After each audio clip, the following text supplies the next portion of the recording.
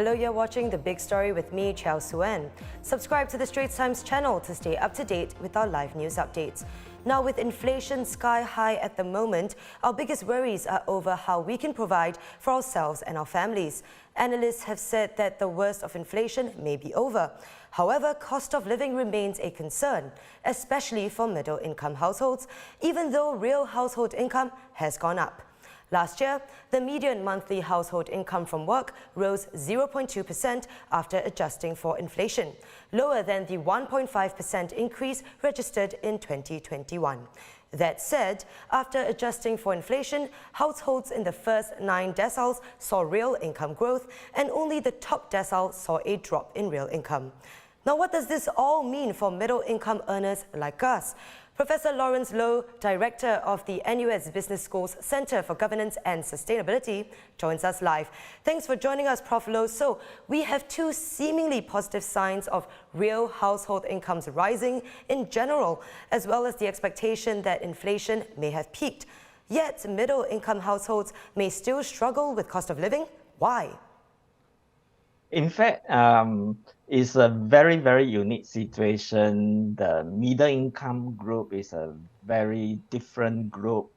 Literally, in fact, the middle income group might be something like stuck in the middle. They are earning not too low to qualify for the range of financial or other supports, yet they don't earn high enough to have the financial buffer to counter the price increases. So I think we have to actually handle this group very, very carefully because it is actually the bulk of the residential population now in Singapore.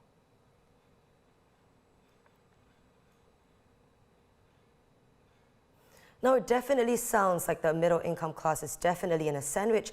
So, Professor, what do you think it will take for the pressure on this group to ease? I think we can look at it in two prongs. One is, of course, from the supply side, we can continue to moderate the prices, of course, in the necessity, which is something applicable to all income group.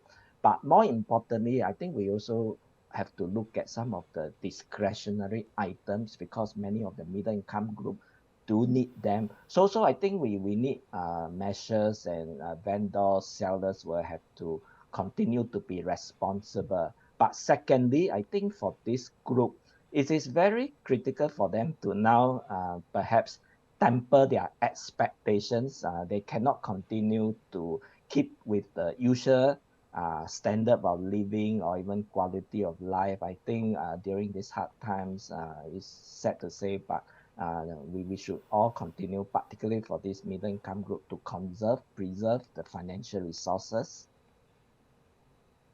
Now, let's take a look at the bigger picture, Professor. What's your outlook for this year's income growth, given what experts have said that inflation may have already peaked?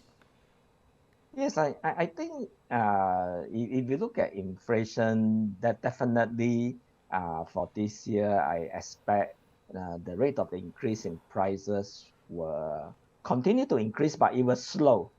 And prices definitely will increase slightly, but within a year or so, the expectation is, they will all stabilize. In fact, I think what we are seeing now is like a chicken and egg problem. The high wages will lead to actually high inflation.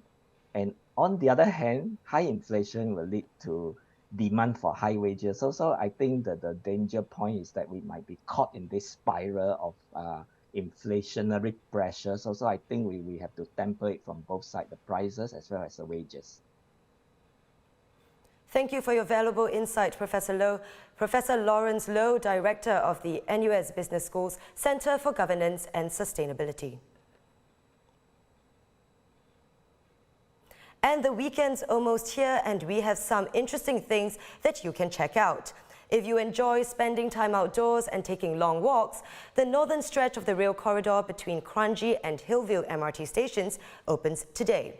There's a 21-kilometre nature trail from Kranji MRT to Spooner Road.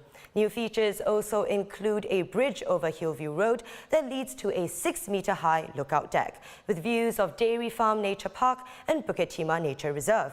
And if you are craving a slice of Thailand, especially the country's delicious food, you can feast at the Chatuchak night market at the Grandstand from now until April 2nd. Returning for its second installment, it opened this past Tuesday after the 2020 inaugural edition was curtailed by the pandemic. Some of the vendors, 20 of whom are from the famed weekend market in Bangkok, are back from the 2020 edition. There are also 50 food stalls run by local vendors. From boat noodles to fried quail's eggs, there's no shortage of great Thai fare here. We've done some taste tests. Check those out on the Straits Times YouTube channel.